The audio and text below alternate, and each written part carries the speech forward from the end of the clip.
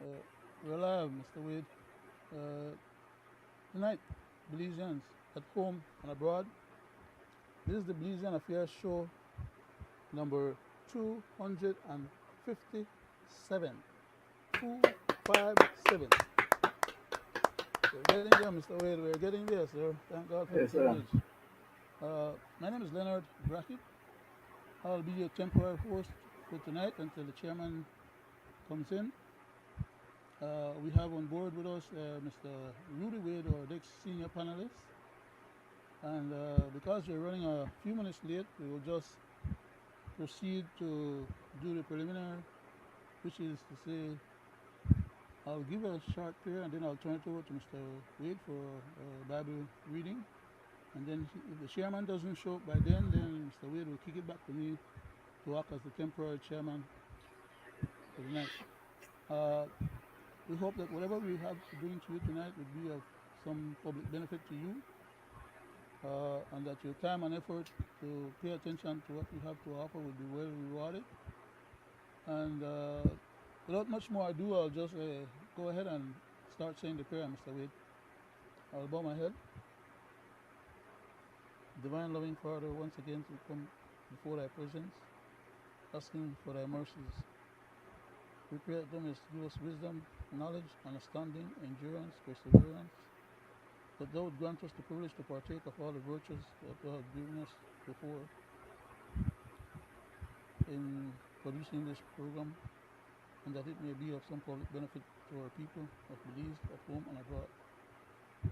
We pray that thou mayest continue to bless our family members, friends, and loved ones. Thou knowest them all by name and number, as if they were being mentioned.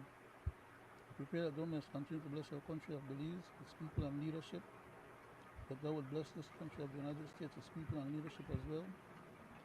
Thou knowest our travails and tribulations. Please bless the rest of humanity.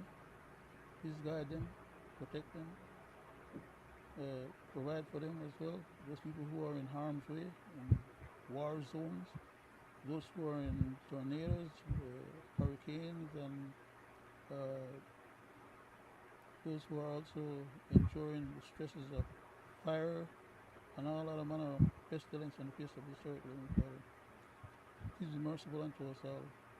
We ask these mercies in Jesus' name. Amen. Back to you, Mr. Amen. Wade. Thank you. Welcome, sir. Thank you, Leonard, for that warm prayer. And I will go straight to the reading from taken from Luke chapter 21, 1 to 10. It reads, Jesus looked up and saw the rich putting their gifts into the offering box. And he saw a poor widow put in two small copper coins. And he said, truly, I tell you, this poor widow has put in more than all of them, for they all contributed out of their abundance. But she, out of her poverty, put in all she had to live on. And while some were speaking in the temple, how it was adorned with noble stones and offerings, he said, as for these things that you see, the days will come when there will not be left there one stone upon another that will not be torn down. And they asked him, Teacher, when will these things be? And what will be the sign when these things are about to take place? And he said, see that you are not led astray. For many will come in my name, saying, I am he, and The time is at hand. Do not go after them. And when you hear the wars, when you hear of wars and tumults, do not be terrified, for these things must first take place, but the end will not be at once. Then he said to them, nation will rise against nation, and kingdom against kingdom. There will be great earthquakes, and in various places famine and pestilence. And there will be terror and great signs from heaven. But before all this, they will lay their hands on you and persecute you, delivering you up to the synagogues and prison. And you will be brought before kings and governors for my name's sake. That's my reading from Luke chapter 21, 1 to 10. And there we have the chairman for tonight, All right. Mr. Gregory Brackett. Welcome, Mr. Yeah. Chairman. Glad to Well, have you. Good night. welcome, Mr. Chairman. I thought I was going to steal some minutes from you tonight. I didn't move fast enough. Anyway, take care. Uh, Thank you very Well, much, you are sir. slow at the draw there, Leonard. Back to you, good Mr. night. Chairman. Thank you, Mr. Wade. Good night Good to night, you, sir. gentlemen, and good Good night night. to the people at home and abroad. Thanking you for tuning into this, our 257th episode of Belizean Affairs. Yes, sir. Gentlemen, it's always a pleasure sitting with you guys virtually, where we discuss right here on this platform things that are happening in our country. As you well know, we are gear up for general election in the next 3 weeks, and we have seen all the commercial. I have yet to see any of these media houses advertising or even putting forward anything that has to do with the PNP and the BGM. It's as though there are not other parties that are taking part in this general election. And I look at it and I say to myself, how can people speak about wanting to have change but are not willing to give other entity Mm-hmm. a chance to see what they will do? I believe that this is because they're so used to what is offered to them Money, money. that that's the only way out. I go to you, Mr. Brackett. Uh, yeah, I'd like to defer to Mr. Wade, if you don't mind, Mr. Wade. Thank you. At Thank you. least for right, at No least for right problem, now. Yeah, thank you very much, sir. Leonard. I don't want to leave these people in the middle of the, and Yes. then have Thank you. fun, no? Thank you, Mr. Chairman. You're so right. Rightfully, it's plain to be seen. It's public knowledge and something that we hear on this Belizean Affairs show. We talk about the same thing, Mr. Chairman, from before election. We talk about the attitude of the press. Some of them, right? Well, most of them. Let's put it that way. Um, we see how they glorify the two party system. We see how they operate when one is in power. They can do no wrong, and we see how they operate when one is in power and one of their ministers or their representative go in and sit as their audience, how they are well treated. They do not ask the hard question. They do not put the issues of the day to them. Mm-hmm. They do Mm-hmm. not call out the ills to them. Oh no, there. Oh yes. What else, Mister? What else do you want, Mister Minister? Is it yes? Is it okay, or can I ask you this question, or can I? That's just to show you, right? Um, and who does those things?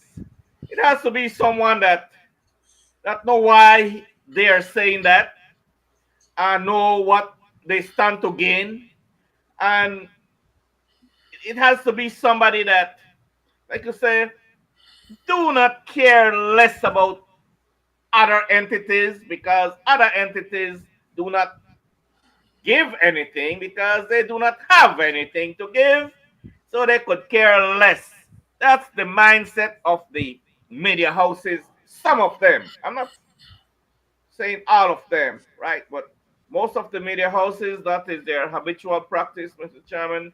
They do not recognize. We have had, as the leader of the Belizean justice movement, we have had meetings, press conference, and invite the media, Mr. Chairman. And you know what they did? Some of them didn't show up. Some of them do not recognize us. Some of them, when we say something, they dissect what we say, right? And they put whatever they want.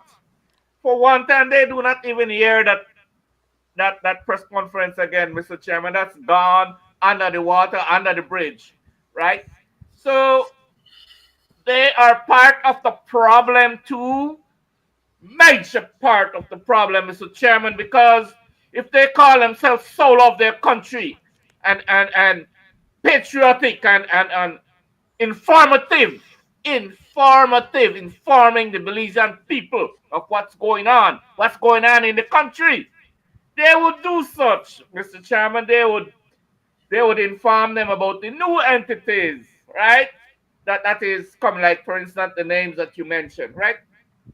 So you're so right on that, Mr. Chairman. It's plain to be seen, my people both at home and the world. This is the nasty attitude of the press in this country. Some of them, not all of them, right? The major ones, nasty, dirty games they play.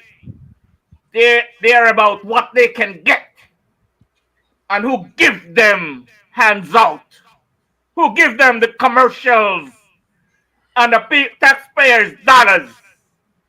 That's what they're all about. Not all of them, again. For the record, not all of the media houses. There are some, couple of them that do entertain a third party, Mr. Chairman, but the rest, zero, zop.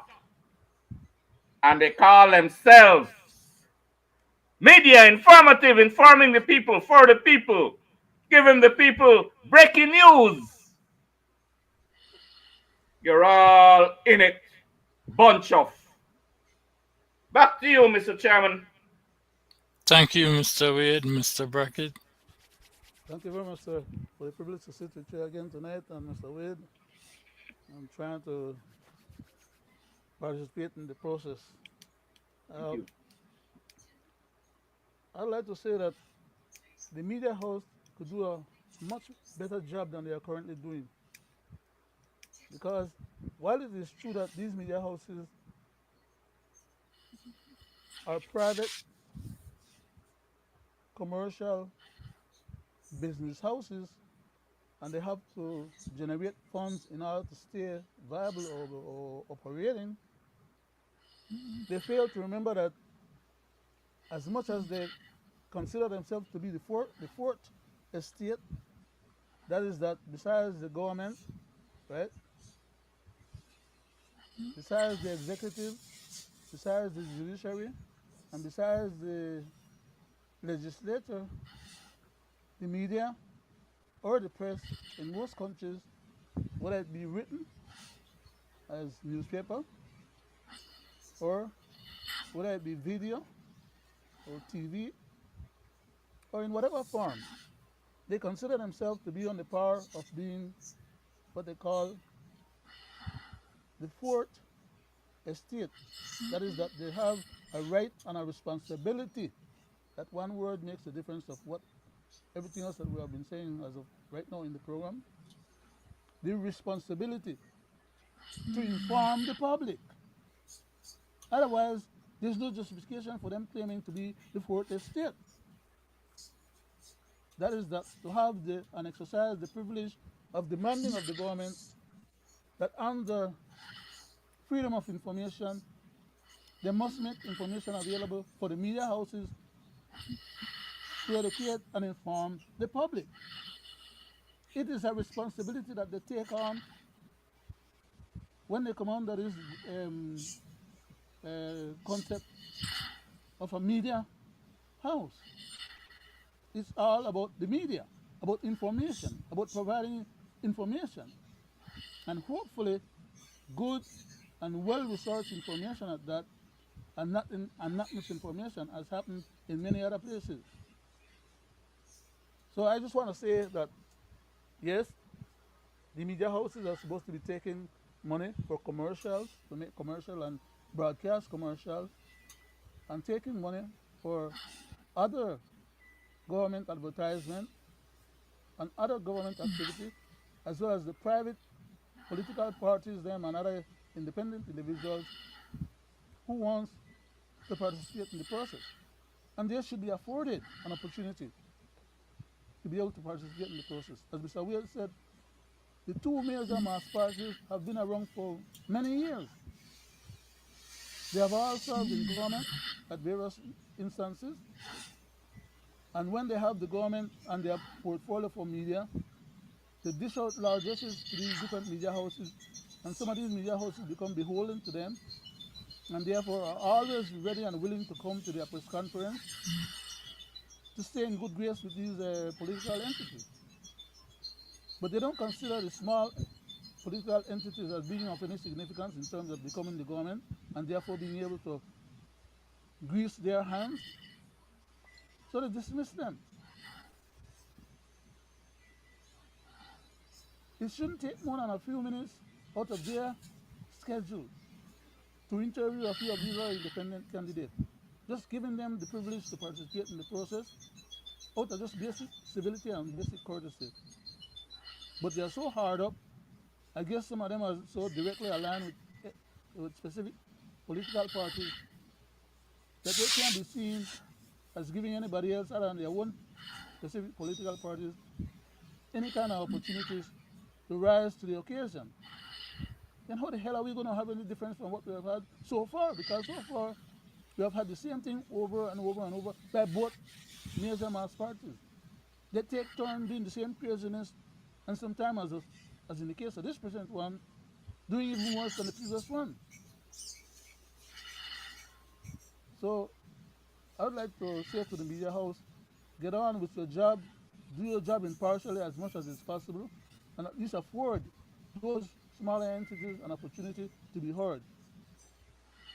The same media houses sometimes complain about the government this and the government that, and you know, but they do not allow others to have a chance to participate in the process, and they cut them off at the knee. Why? Because they don't have the money to throw around and buy their time. The media is supposed to be providing some public benefit, and part of that public benefit is to afford some extra time to all the participants in the process. But I'll just leave it at that for right now, Mr. Chairman. I'll give it back to. Thank you, Mr. Brackett. You're welcome, sir. Gentlemen and people at home and abroad, I go to the first tape. I don't think it's a matter of controversy. If these people knew that that's what they wanted to do, they could have done it a long time ago. I think they started to do this, I believe, just trying to get attention when they're starting to hear that we are going to call elections. It has been no secret. I've said it. I've been under a lot of pressure from last year to call the elections, and I've been saying, no, we're not going to have elections until 2025. And last year in December, I met with my closest advisors, and we felt that March is a good month. Usually, it's dry, it's cool, and people are working. So we felt that that would be a good time to call elections. And so that's what we did. Now, when these people come at the last moment to try to stop this election, I think it's unfortunate. But we have followed the law.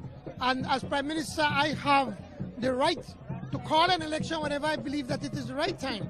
I believe it is the right time. I have committed before that one of the priorities of the new government, or the PUP government, when you get in, is to ensure that we could have the redistricting done successfully.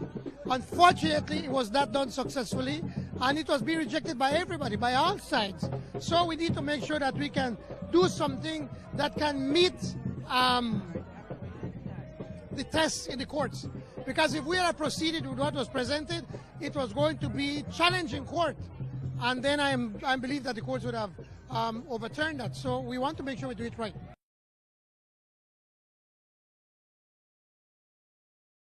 Scoundrel extraordinaire. People at home and abroad and gentlemen, we heard the Prime Minister. The Prime Minister is saying that this is coming about because the election is due. I undoubtedly believe that this is a ludicrous statement because I can go back to 2012 and beyond since redistricting was first mentioned. I can say that the Prime Minister have learned lawyers working with him, some of who had worked with the previous government, and one in particular who had something to say about redistricting. And I want to play this tape so the people at home and abroad can hear it. Because here, as we said in Belizean affairs, we show and tell. But I want to specifically play it to show how these people that are running our country is always in denial, and they use what I call double standard.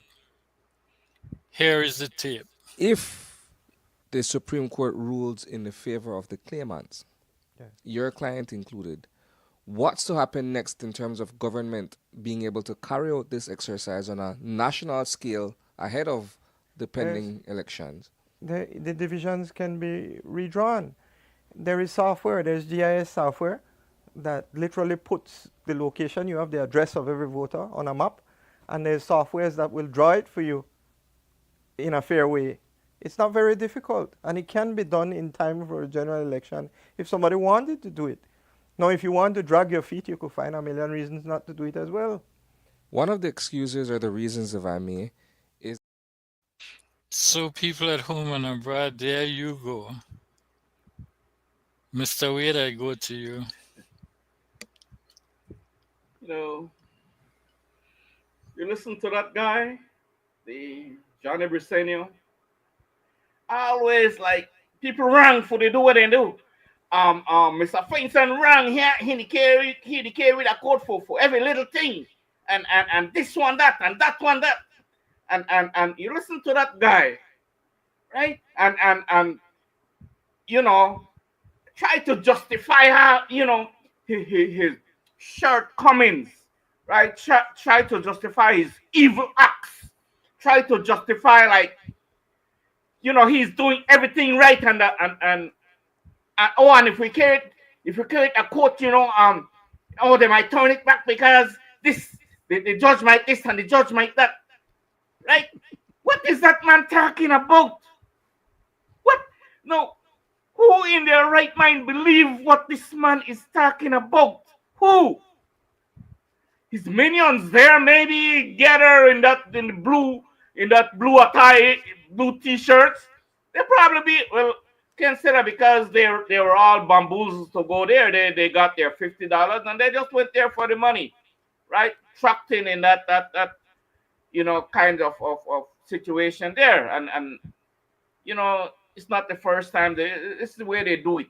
UP and UDP. But anyway, you know, You hear like the last step. We had went through that before. You hear Mr. Marshalek there, Mr. Marshalek, PUP attorney, very close to the PUP party, very very close, right? But when he said that, that was the UDP in power. So yes, Mr. Chairman, he says how easy it could be done, and if they want to do it, and they only the Virgin and foot, you, Mr. Chairman, and Leonard, show the government how easy it is to do redistricting, 3 hours. right? How 3 hours. easy it is. So this guy, how he twists his tongue Crazy. like the Ferdinands, right? Twist his tongue to saying like, yeah, he want to do redistricting, and that is a blatant lie, right? If he want to do redistricting, Mr. Chairman, oh, and it's, it cut him off again, and it too late now because election is upon us, and man, from 2012, their attorney says it could have been done easily. 2020, your attorney, the next one, the unelected guy, the one that the Belizean people taxpayers is paying, Mr. Courtney. He said, yes, right after the 2020 election, we will do it because it's necessary. Necessary. That's so, Mr. Man, we are 2025. Which one is too soon or too late? From then or now, decide your mind what you want to say, right? So I take you back, Mr. Johnny Brissena, from 2012. Now we are 2025. Now you are the same shenanigans. Now you want the people give you another mandate now. So then, yeah, we could do it, because yes, yeah, we could think about it, right? When you give with the next chance. Who does that? What kind of a man? Mr. What are you Wade, afraid for? What is it you are afraid to do redistricting? Mr. Wade, What? Just the man say after he win the election, come. maybe 2 years after then he get it done. Just Then the come man to could the do the talking Belizean of people and say, what are you afraid of? Maybe we will kind of consider you because maybe you're afraid because some boogeyman will jump out and get you, or something will happen. Let us know. And you, oh yeah, you're obeying the law. That's what you said. You're obeying the law, and this body law, man. You violate. are not obeying the laws of this country, namely our constitution. Taxio, very smart attorney, Mr. Amon Courtney, and the other one where the taxpayers will have to pay, foot the bill, so you fight the Belizean people again. Let him tell you what the Constitution says. Ask him, Mr. Man. Huh? What is so wrong? Why are you doing this to the nation and the people? Why? All the people are asking you to do is to do the right thing and do redistricting as per the Constitution. Not as per your law or UDP law. No, as per the Constitution. Demand you to do it. So you're a bad man. You ain't not do it. Because you're a bad man. You are your hinch people. What will you stand to gain? Yes, another term maybe. Huh? Get richer, yes, maybe. But then, will you live comfortable with knowing you do all these things to the nation and the Belizean people? Will you live comfortable? Will you sleep good at night? Man, but I say this, no. Um, if you have another illegal election, you had two already. If you have another one, it's on you, Mr. Man. Back to you, Mr. Chairman. Thank you, Mr. Wade. I go to you, Mr. Brackett. Thank you very much, sir. Um, Mr. Wade, the man, the Prime Minister said, if he win, now he put on a big if front of his statement, right? If he win the next election, he may get it done in the next 2 hours, 2 years after that. The man failed to understand that before he called the election, the day before he called the election, he could have used 3 hours out of that day and get the damn thing done. And he would have still been on time. He would have still have been able to complete that exercise, meet his responsibility for which he's been paid for, and not continue to violate the Constitution, had he had any good faith in the people. But let's say we need more than the 3.5 hours way we show that he needs as a minimum. Let's say we want twice as much time because he want Jimmy the stuff in such a way that he could actually end up gerrymandering it, because by doing the redivisioning, okay, he could still end up to win all the system if he want, if he's smart enough to be able to do it the right way. He could complete the exercise and still end up with a gerrymandered process. So nobody is telling enough gerrymander it or enough guarantees self-success. Well, he already said it, Leonard, in so many ways. He already said he will gerrymander it, because he said, "Oh yeah, we got to look at the villages and the districts and get the area representative acquainted." That's what he said. Acquainted. Listen to that fool. Telling on himself again, as usual. There we go. Back to you, sir, about that, Leonard. Yes, sir. No. Very grateful for the input, because what it does is it clarifies and legitimizes the perspective that we have put forward. That is that the man could get the damn thing done, even at this late hour right now as we stand. Of course, man get it passed into the house because the house is already dissolved. But I was saying, before he dissolved the house, one day before he dissolved the house, he could have ordered to have that stuff done correctly within 3 hours, or twice as much time, 6 hours, or twice as much time as the 12 hours.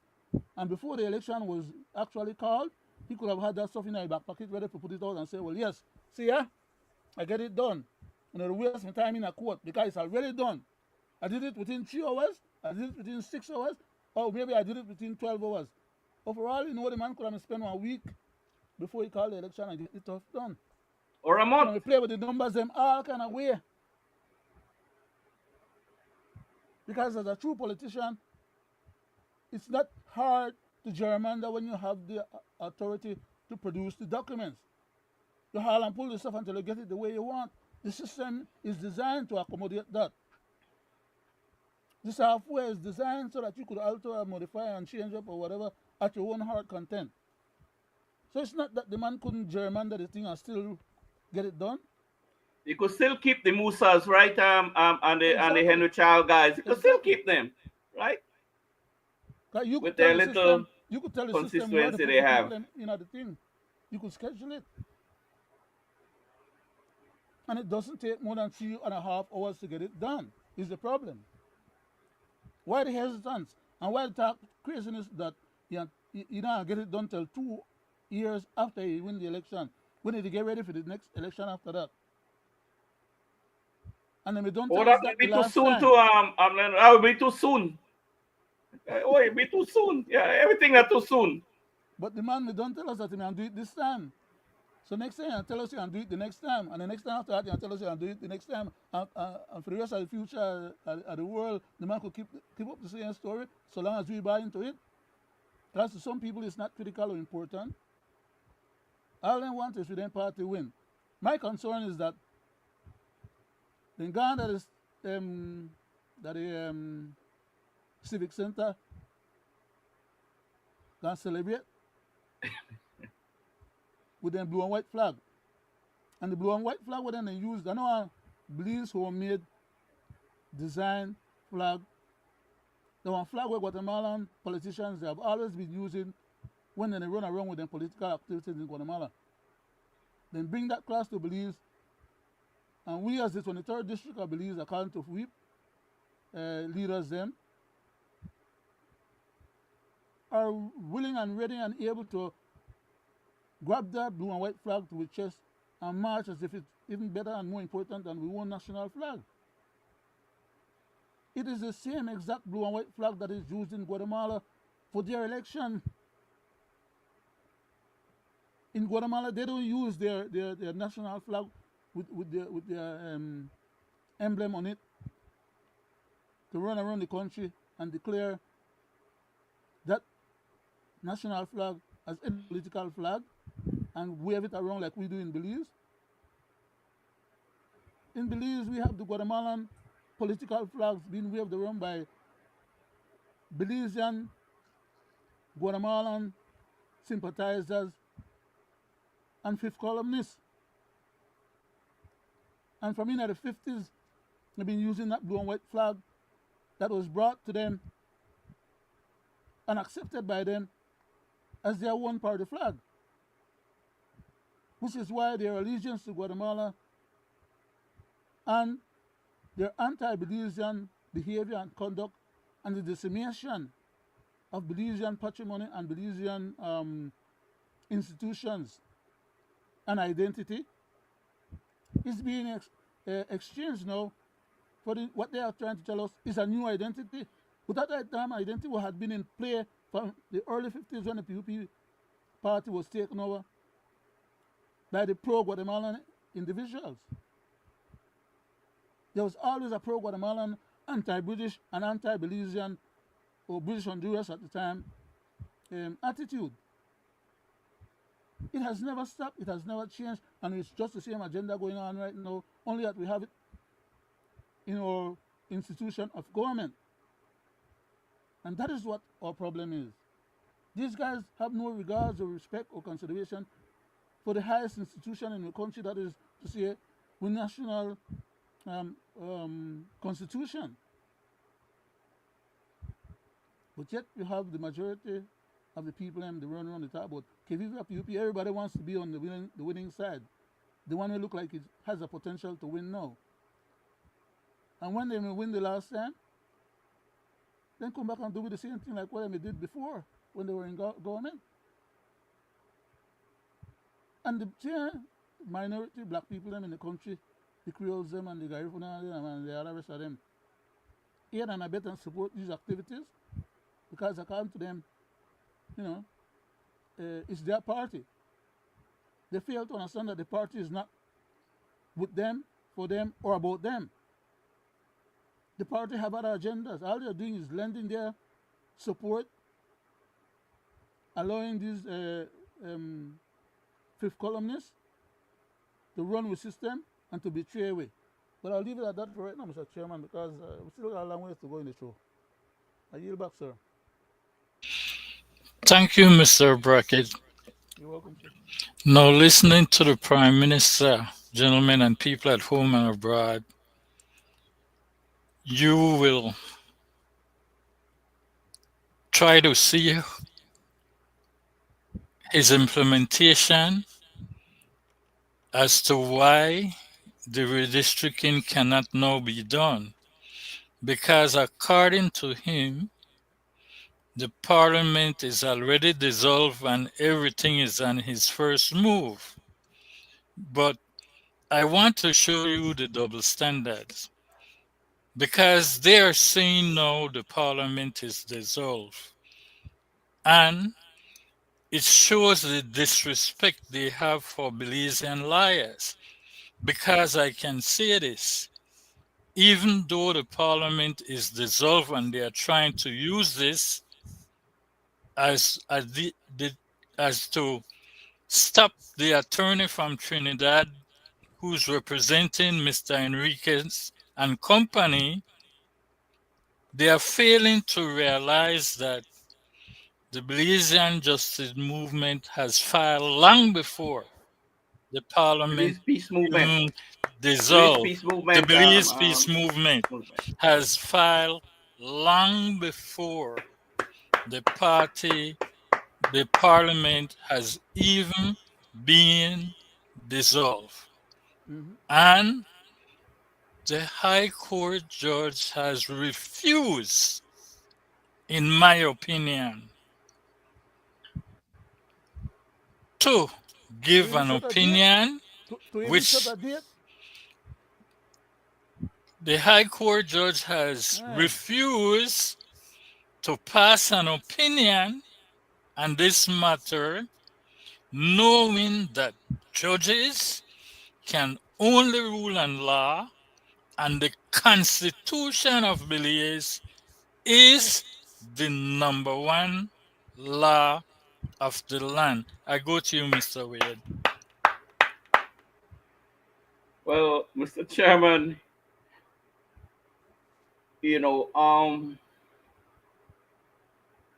it's a sad day. Well, a sad time now, uh, where everything seems to be of urgency. When it shouldn't have been that way. Um, that's the way they led the sequence of events to happen, right? So hence the reason why Briseño, oh yeah, he already dissolved the house, yes, and he gonna factor all that and it, but the truth of the matter is that these guys have no intention of doing with the stricken Briseño, but he is bamboozling the Belizean people, bamboozling the courts, right? That's what he's doing, right? With his high powered attorney, kicking the bucket, the leaking bucket down the road. So they frustrate. It's all about frustration, right? But I tell you this, my people, both at home and abroad, this this guy,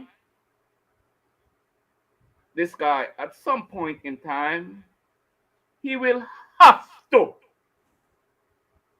Not if maybe or what, he will run out of bamboozling. And he will have to do redistricting, right? Whether he will be in government or what redistricting will have to be done. Whether the court do not want to accommodate or whether the court accommodate, it will have to happen at some point.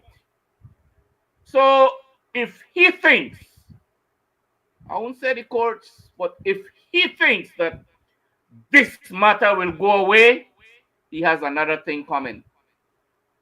He has another thing coming, right? I would like to see Mr. Chairman and Leonard and my people, both at home and abroad. I would like to see that this election that he had called be null and void, and that I would like to see they backed up and do the redistricting. Right? That's what I would like to see because, in my humble opinion, it's the right thing to do. It's showing the people that yes, this is what you deserve. Not have double standard, not have evilness in your heart, right? For what? So, this is what I would like to see done, right? It don't really matter me if the people come out and support my movement. It doesn't matter. All I want to see is the right thing get done for the people and for the nation. That's what I would like to see done. And that's what I am fighting for. I know the fight for no like me. I know the fight for please come vote for me or no. I don't know Johnny Briseño. Right? All I fight for, along with my Belize peace movement, is to we have fair representation, fair and equal, or near as equal, not big as no, near as equal, right? We're not stupid. We know some of the constituency have 2,000, 3,000 people, and some have here 10,000 people. All over the axis full to do. Make it equal, man. Why is that so hard? And I keep saying, why is that so hard? Why are you taking the taxpayers through all this costly, high-powered attorney to do what? Why are you taking the nation through what you are doing? And you think you grandstand there and people love what you are doing. Then you say, that a weedy come after you, how dare you? Who believe that? Huh? So, Mr. Chairman, through this medium, I'm saying, and Leonard, I want to take this time out to call on the Belizean people, the voters, tell on no area representative, he or she, man, we don't want no election. We're not going to vote until you go and get the redistricting done. Then on could come back and then I will vote for you. What is so hard in doing that? Right? And it's all going to be to your benefit. To your benefit. And the world is watching, Mr. Johnny Briseño. When you stand up there and talk all that crap, the world is watching. What you think? People not watch outside news? Huh? You have another thing coming, right? At some point, Mr. Man, you could grandstand all you want. Redistricting will have to be done. And I call on the Belizean people. The only one who could put these people in check, right? And stop the hullabaloo behind them when you know that they're doing wrong. So, why would they do that? You shouldn't even show up there. All that big nonsense they have, yes, at the civic.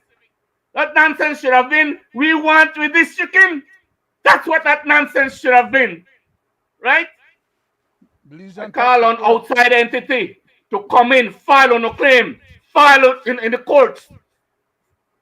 Let the government do what is right for the Belizean people and by the nation and by the people. Do what is right. I call on all more suits.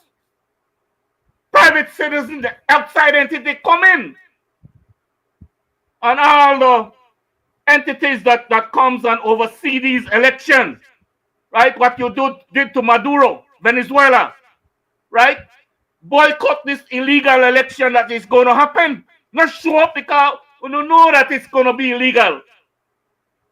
Send a letter, the OAS, the observation people, observers from outside that comes and say you come in to oversee free and fair election.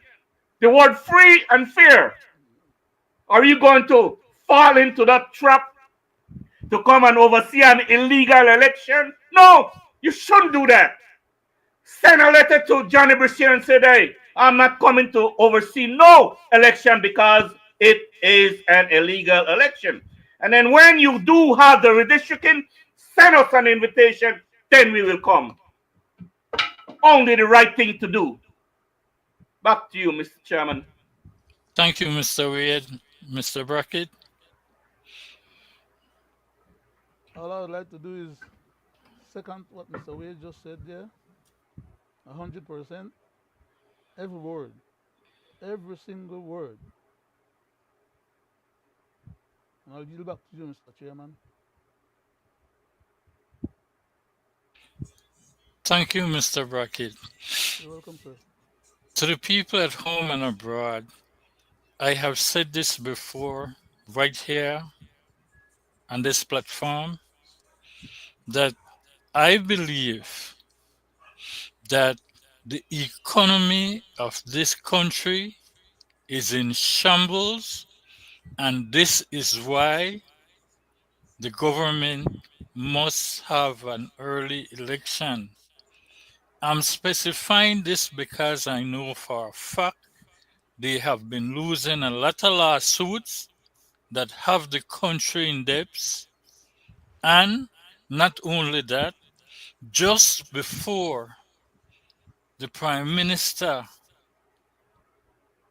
sets out to call the general election, they were back in the house borrowing some more money.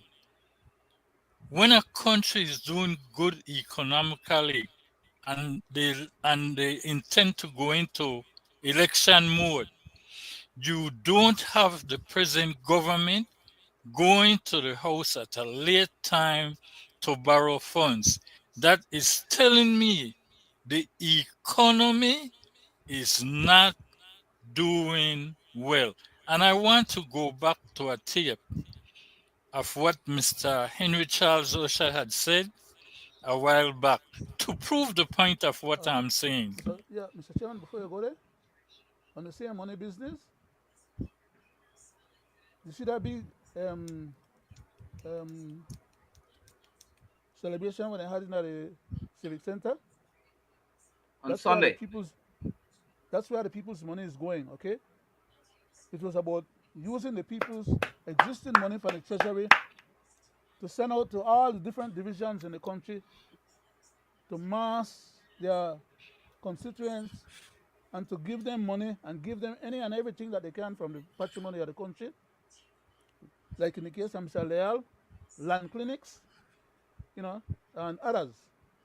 Whatever they have to give that belongs to the country, they don't mind giving it up right now in order to get back that power for another 5 years. And that is what our people are not becoming aware of and are sensitized to. They are being had at every step of the game.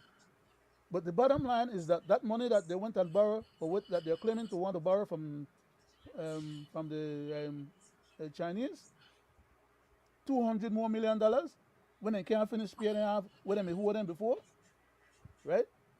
9 other contracts or 9 other loans.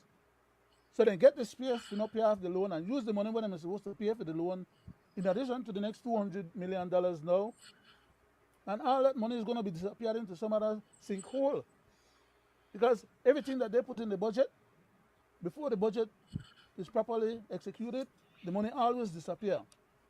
And I kept on saying to you guys that they will hold this election before 1st of April, because it's All Fools Day. They're going to take us all for a bunch of fools again. And they don't have money for the budget, but now they're dipping into money before they even get to the budget. They were hurrying to try and get to the budget, or trying to survive to the budget. They borrow another $200 million to pad the budgetary process. But then, as soon as the election is over with and the budget is called and read, that money is going to get disappeared. But I yield back, Mr. Chairman. Sorry for Thank interrupting you. the process so Thank you, smooth. Mr. Brackett. Just crazy, But man. just to piggyback on what you were saying, this is why we find that the government did not hire Auditor General, who is supposed to keep track of the Belizean taxpayers' money.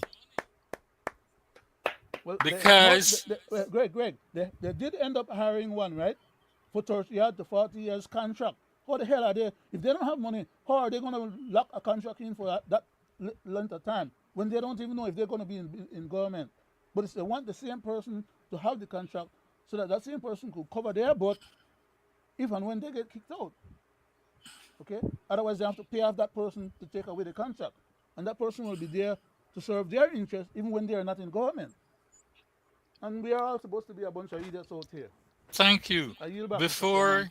I go to the next step, I want to say good It's night to crazy. those of you who has taken the time to watch our show and to pass a short comment. Miss Rubina Forte, Mr. Castillo, Mr. Anthony Samoya, and Mr. Zaden. I want you people to know that we always look at your comment and we thank you wholeheartedly for tuning in. And we hope that you will share this show that you are watching so other Belizean can get a chance to listen and to class their opinion and to see what is happening in Belize. Now let me go to the tape. People at home and abroad, I said Mr. just a Chairman, bit earlier. Mr. Chairman, just before you go there again, sir, on just what you mentioned just now about the people that are on the show right now listening and making their comments, I just want to say to them that we appreciate their effort expended, but that only the Belizean people can save the Belizean people right now, that we are in the middle of an election. And it's unfortunate that not enough of those people out there are getting the full scoop or the full information, because the media houses are always looking to see whose side they can be on and who's going to be able to give them additional contracts afterwards. They don't want to fall afoul of these guys, therefore they shortchange the Belizean public in terms of the information.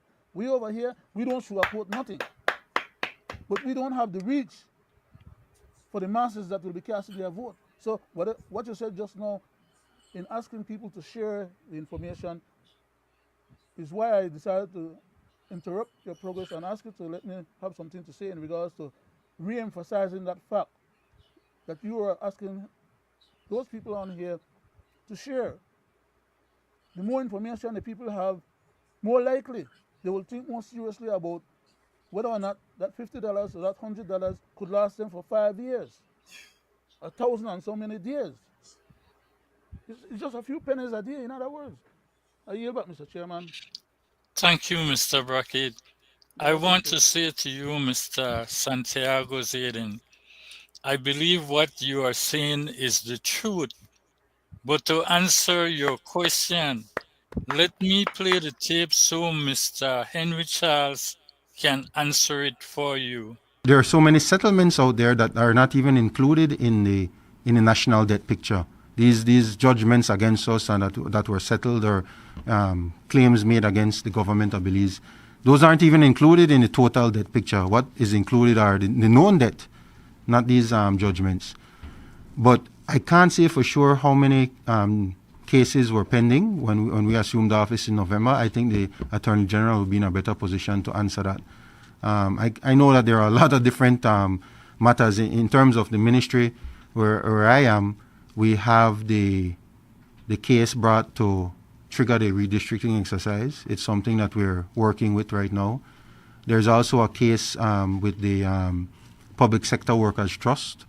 It's something that we're also looking at. We're working through those cases. So I can speak on those two because I know about those two, but I'm sure there in the Ministry of Health there might be some medical negligence lawsuits that were pending. I'm not sure. The AG would be in a better position. So pretty much you're saying we're in a far worse situation because a lot of those pending claims are not even on paper. Yes, when it comes to the debt to GDP, that only refers or reflects the known debt, not the judgments. Because remember, those judgments are not a set amount; it increases with interest and different things. When you add in those known judgments and settlements and different things, you're approaching 150% debt to GDP ratio. But remember, we're not even including those.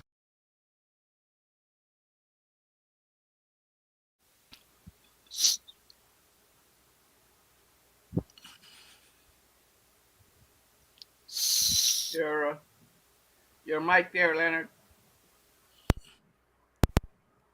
Yeah, I was saying, even though what he said there just now, that they don't have the correct information or they're giving us bamboozled information, they're still going to the house and borrow more, even though we have 100, 200% debt to GDP.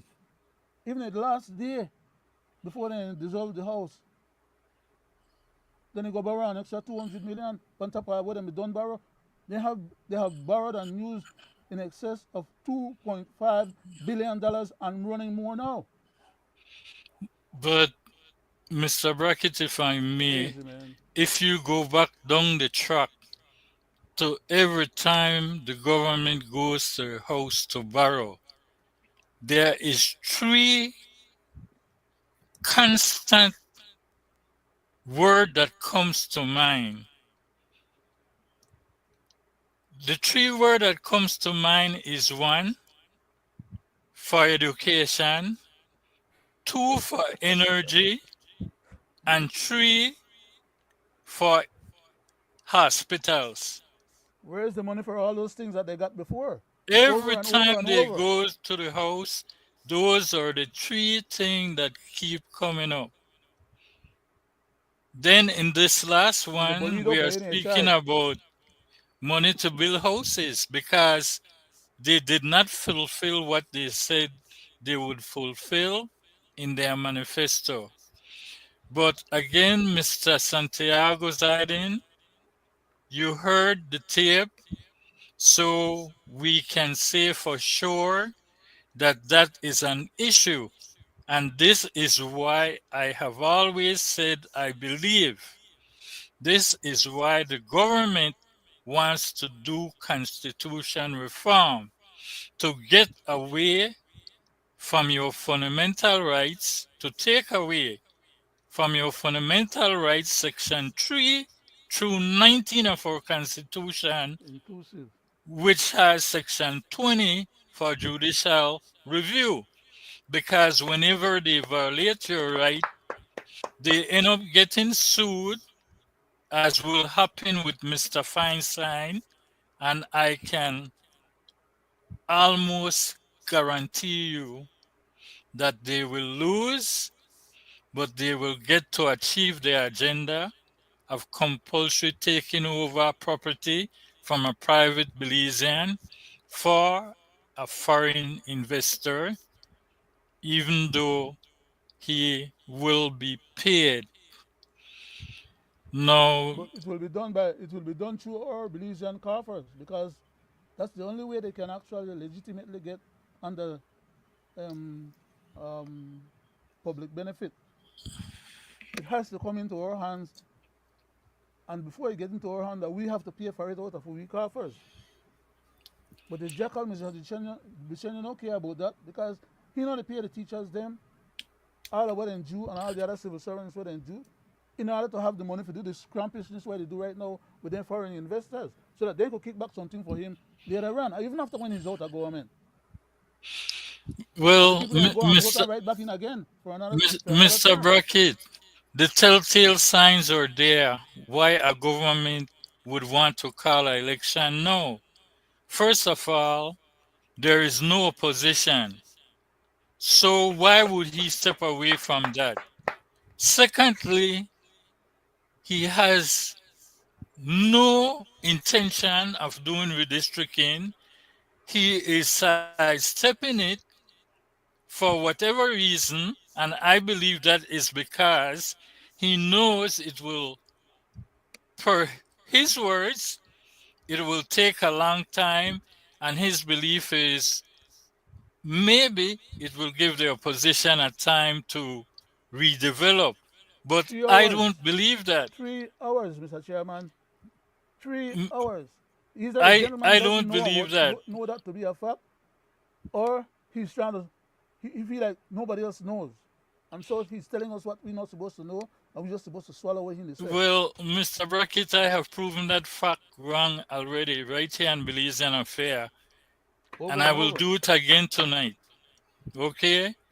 But I believe that the Prime Minister has to do an early election because there is so much against him, the firefighters, the teachers, CWU, the pensioners that can't get paid for over 35, 40 years. Then we have the people working at KHM8. So all this is a backlash to them who said just before the holiday, you heard the deputy prime minister, all So much money. teachers will be paid. Still didn't happen. A Look how lie, just long buying time.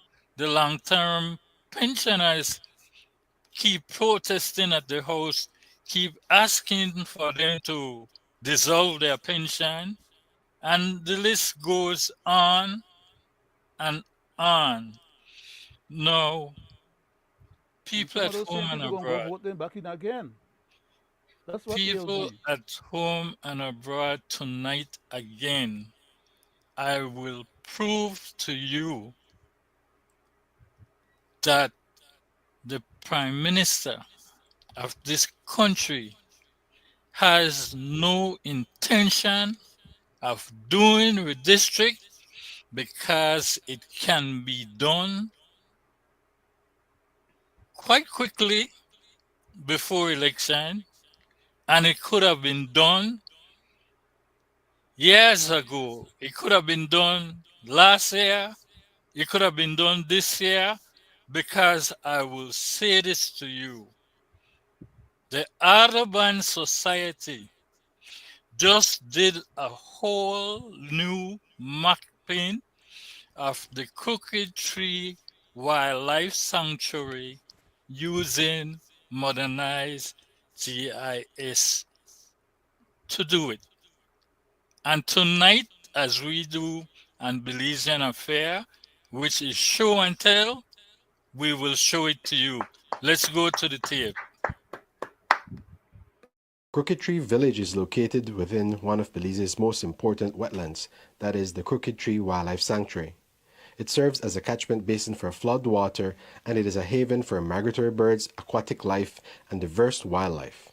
Changes occur over time, and according to the site manager Derek Hendy, it's necessary to document and map these changes. What happened as we developed the map, we saw it fit that some of the people that were used to do traditional living, they're no longer there. They have passed on the tradition to somebody else and to a new location. So we have to go and map them out. Also, some churches that were on the map has changed. So we have to either put on some more churches or take off some churches. And then also some of the playing grounds that the community they used to use as their main functional grounds, they have changed. So all of those things we have to add on the map so that whenever time people, as I said, people come here, they know exactly where they're going. To ensure the continued protection of this vital wetland, the Belize Audubon Society recently conducted a mapping exercise using advanced GIS software. By updating key landmarks, trails, and waterways, the organization is strengthening conservation efforts and enhancing visitor experiences. So the mapping exercise that we carried out today was to update the map and certain features that needed updated within the Crooked Tree Wildlife Sanctuary. This exercise will assist tourists and other visitors when visiting the sanctuary to visualize where we have certain restaurants, stores, especially updating of the trails whereby tourists can go for boarding and among other attractions in this sanctuary. When you talk about trails, roads are trails, and most of these trails or road lead to some sort of one of the famous lodges here in the community. And those are what the lodges they offer so that guests could move around freely within the community and also do their bird watching or even hiking within the community. According to a team member, Dwayne Petch, with evolving landscapes and shifting water levels, accurate mapping is essential for long-term conservation planning. The GIS mapping project provides up-to-date spatial data, allowing researchers and park managers to make informed decisions. The way we're collecting data or information is through the tool called Esri Collector. This is a mobile app that is being used to gather information of a particular place of interest. This app, what it does is gathers information such as the place, the location, the address, or other information of importance. With this information available, we can create maps, digital maps, that would later on be useful for the visitors and the local community. Now that the map has been complete, it means improved signage and updated guides for better access to Crooked Tree's unique attractions and waterways. As technology and conservation. Now, people at home and abroad, in one day they did that. So how come, per the Prime Minister, redistricting cannot be done? Mr. Wade, I go to you. Go to Leonard. Go ahead, Leonard.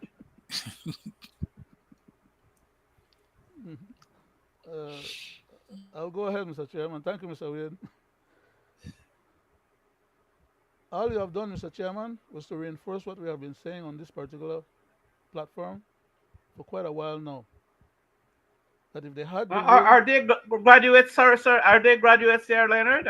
Greg, are those kids graduates, or? No, they're technical individuals from Okay, who okay. are All assigned to right. help.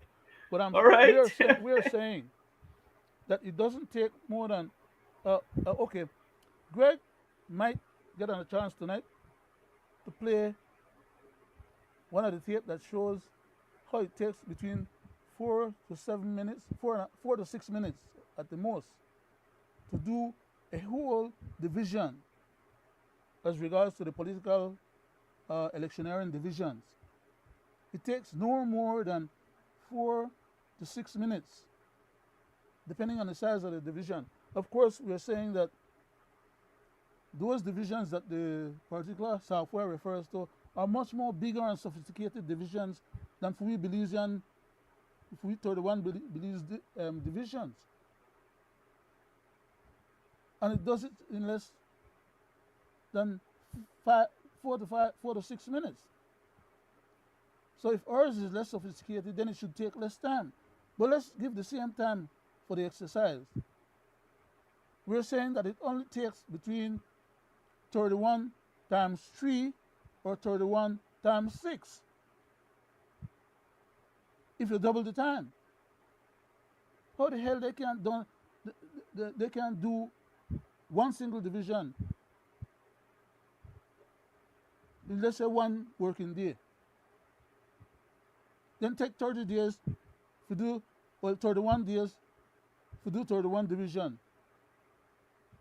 I mean, we are even exaggerating at that point because we are giving them 8 hours per division, when in fact it's 3 hours per division.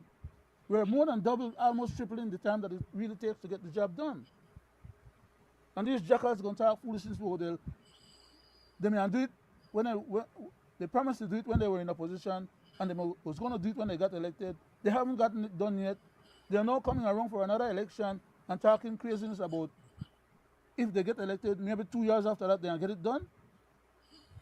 They're making a mockery of all of us. I yield back, Mr. Chairman. It's, It's just crazy, man. it's Mr. Chairman And people will fall for it again. Go and ahead, Leonard, Mr. Wade. you know, um, not only you show them how easy, Leonard show them how easy. Mr. His good friend, the attorney, Mr. Marshall, way back in 2012, the man says it's a easy exercise, easy. The sophisticated, the man even said the sophisticated equipment and the apps and with the mapping and all, it's a sophisticated and it could be done quickly, the man say. And all the information is right at the election and boundaries department office, Sir Wade. They don't have to go collect nothing like what the other gentleman and they do just now in the field. The information has like, already been collected to update the election register, the schedule. so I'm Mr. sorry. Chairman and Leonard, you see the hypocrisy of this guy? You see, when we when we beat him and the government to raise the minimum wage, the amount of baby this man have, and the amount of excuses this man have for a measly, how much it was, right? $1.70, $1.30 or $1.70, something like that. He kicked the ball down, but before he says, well, give it the stamp, the economy went up 300%.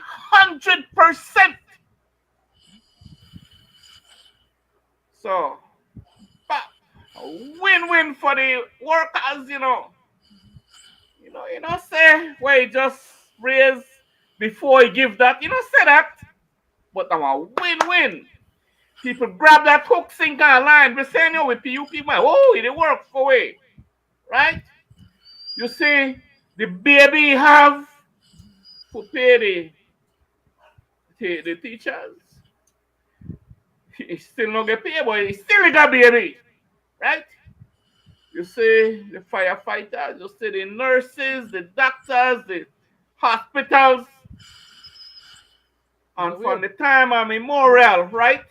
Mr. Weird, when did the government ever bought one fire engine for the fire services them in Belize? Thank you. I was going to get City, much less the districts them. Yes.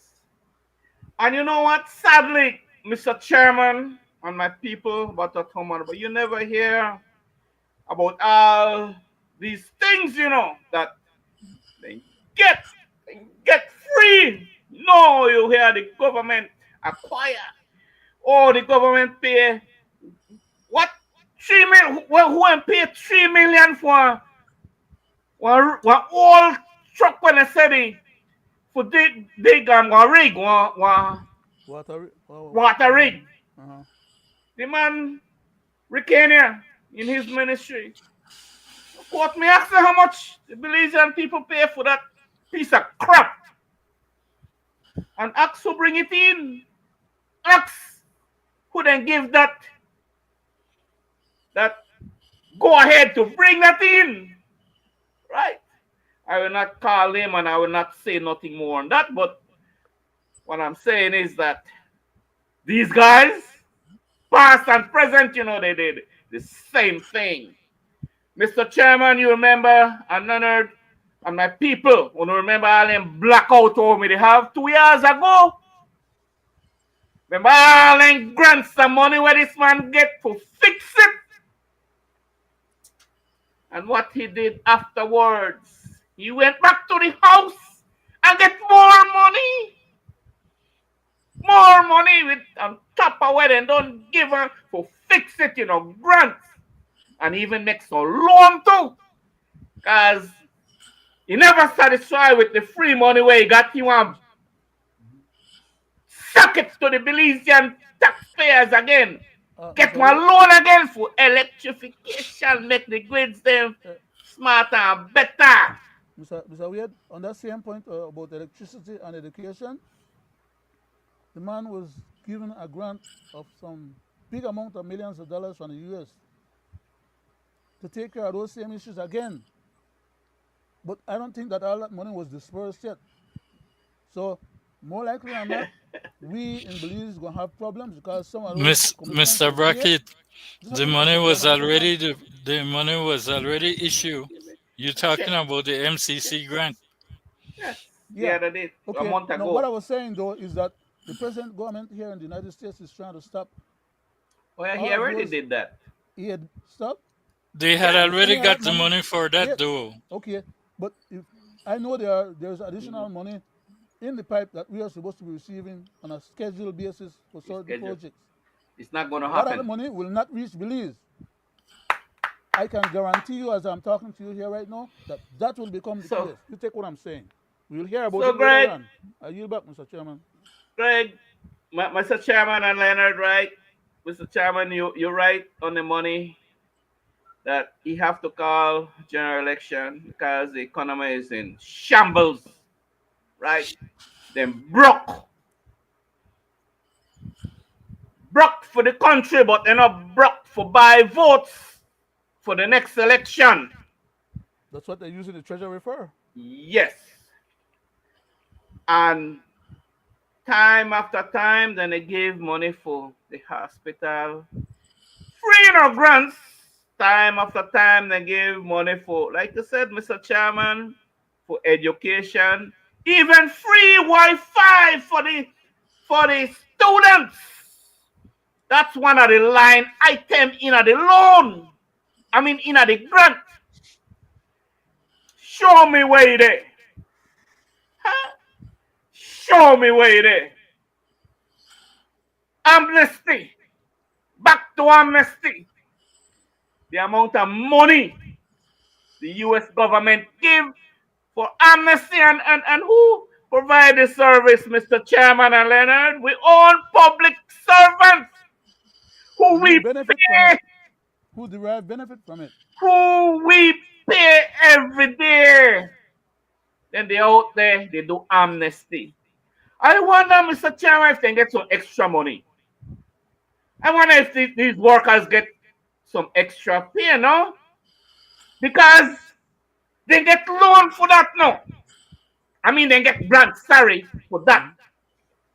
So, do you think that these same public officers, where we are ready to pay, should have made do that? Don't you think that some new people should have become for do that same amnesty and that money disbursed to the new people. That's why the local Belizeans can't get their services out of the government departments them, and they have to pay that much more for it. They used to So pay I don't know $50 if for I a talk, passport, now they pay I talk 500. stupidness to the fanatics. I talk stupidness to the fanatics. You know how much taxpayers dollars pay to elect Osborne Martinez? Do you know?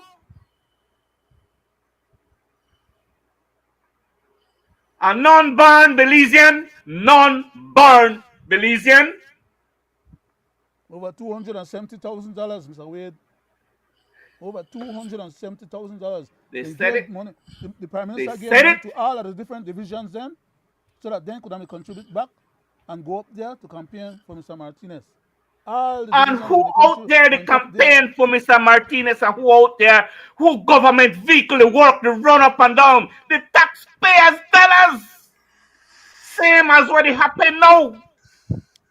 The taxpayers' dollars they work for the PUP re-election. Just like how they did the UDP when they are in power. Same crap. Same crap. While people are at home hungry. While we have children starving. Crazy. While we have villages with infested water with rat feces, rat butt drop in.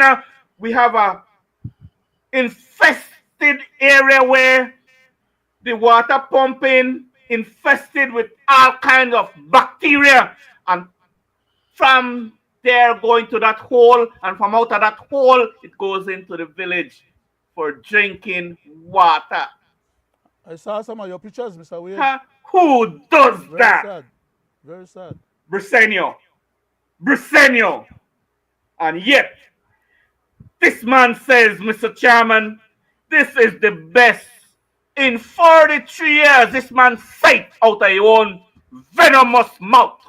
But the minister or the area representative for that area was the Minister of Health, Mr. Wade. Do you recall that? He was the Yes. Minister of Health. How the hell Don't something we like that beat gonna him happen so he in could a have, they local would have moved division? him on the same program? We were part of the publicity so that they moved him Crazy, on this man. program here because of the nastiness he was doing with the taxpayers' money, right? So all I'm saying, Mr. Chairman, what I'm saying is that the type of leadership, the type of people where we think, that doing right for the people because of what he says he's doing, Mr. Chairman. He's doing right for the people, right? And this is the best that the Belizean people had ever lived in 43 years, right? Laughable.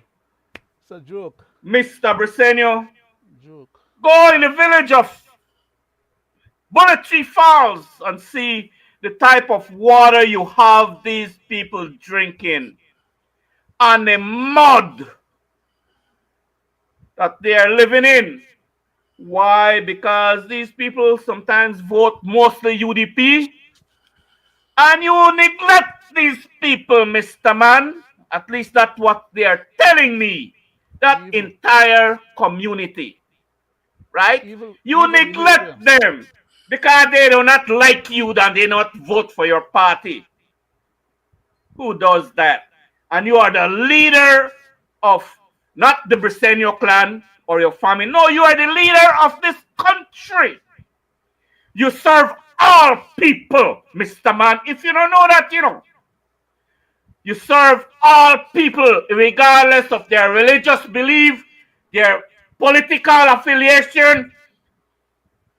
Go ahead, Leonard. Mr. Wade, the Prime Minister is the Prime Minister of all people, as you just rightfully said. But the answer to the question will say why he treat them people like that, because they're UDP supporters. He take them people and share of the budget, the money will belong to the country where he's supposed to service them with, and he goes and give it across the border to the Guatemalans them to make them come across, come vote for him. Okay? Exactly. That's what he's doing with the people that share the money. You know, he give them for their share because they don't support him. He is the government. He's supposed to service everybody. Once the election is finished and you get elected, you're the government of all the people. You're not the And government of Mr. your Chairman, supporters. don't get me wrong, the UDP, Thank you, Mr. same Weir. crap. The UDP, same thing when they are in power. Once they know a little area vote PUP, they neglect these little area. They punish them. But the Evil. PUP is good at that. They are the mastermind on that. I could tell you that because I was once a part of them. Right? They are the mastermind behind that. You know what the man says? Once you're my enemy, I punish you. You're not my enemy means you don't vote for me, so you have been punished. Then you wonder why we got so much people that migrate, Belizean migrate from this country, right? And went abroad. Wonder why, right? So, Mr. Chairman, sorry to take up that much time, but what I'm saying is that, you know, there are people in this country that is in dire need of basic needs, basic necessities, basic things, you know, like water, Leonard, like water, light, good streets, so they're not in a mud and water because I traverse mud and water in these villages, right? Mud and water. This guy told me for 15 years his street is like that, full of mud. They not throw a stone on that street. I cannot call that street. It's a little Picardo thing, but they call it street, right? But like I say, why? Because they vote UDP, Mr. Chairman, right? Which is so sad. A lot the PUP would like me to no one hear that. But the truth is the truth, and the truth hurts, right? So I could care less if you're not a fanatic of UDP or fanatic of UDP, PUP or UDP. I could care less. But right is right. And when you are a leader for the entire nation, like what Leonard said, right? Not only a few. Back to you, Mr. Chairman. Thank you. Thank you, Mr. Wade. I say this to the people at home and abroad. Don't stay at home and tell yourself you will not vote. In order for democracy to reign, you must cast your vote. I'm saying this to say you might not like either party. You have the choice to vote for a coalition government. There's the PNP party, there's the BJM party, and you have the red and the blue. A coalition government might be just what Belize need, but that can only be accomplished if you come out and you let your vote count. Because when you do not do that, you are only helping the government or the party in power.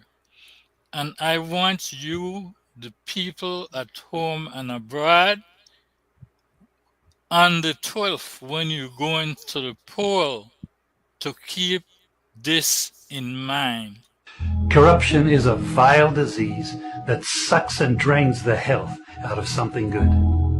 Corruption in society is an evil moral infection that keeps community in a state of perpetual sickness. Corruption is a moral virus.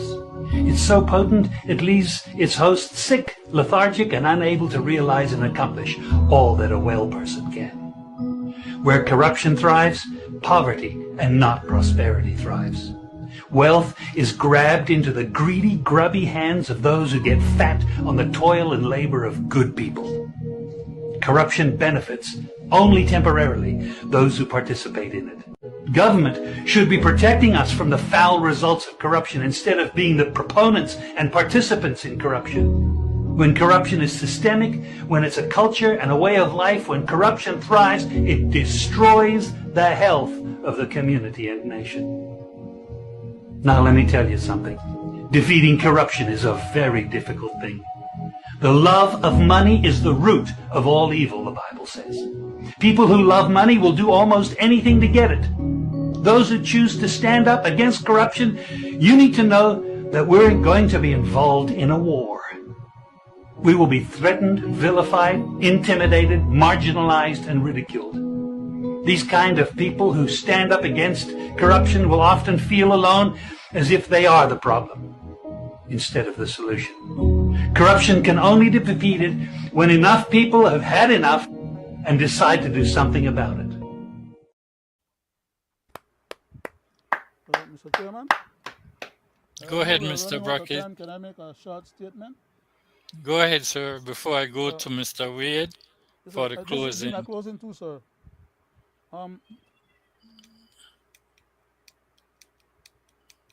Okay, blowing my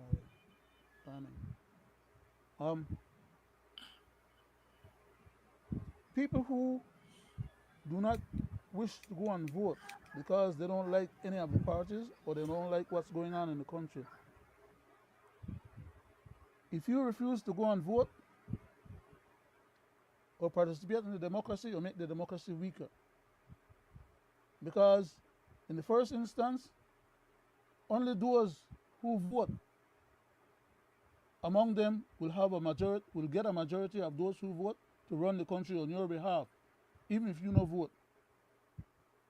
And you got to remember that to try and be neutral, all you're doing is being on the side of the strong. In other words, you might as well have gone out and vote for the ones that you think is the strongest, because that strongest one will survive with or without your vote. So to not vote or not participate in the democracy is a service to yourself and your community. And only the votes of those who went and vote will be counted, and it is the ones who win among those that will determine the future of the country and the outcomes from your living in that same country.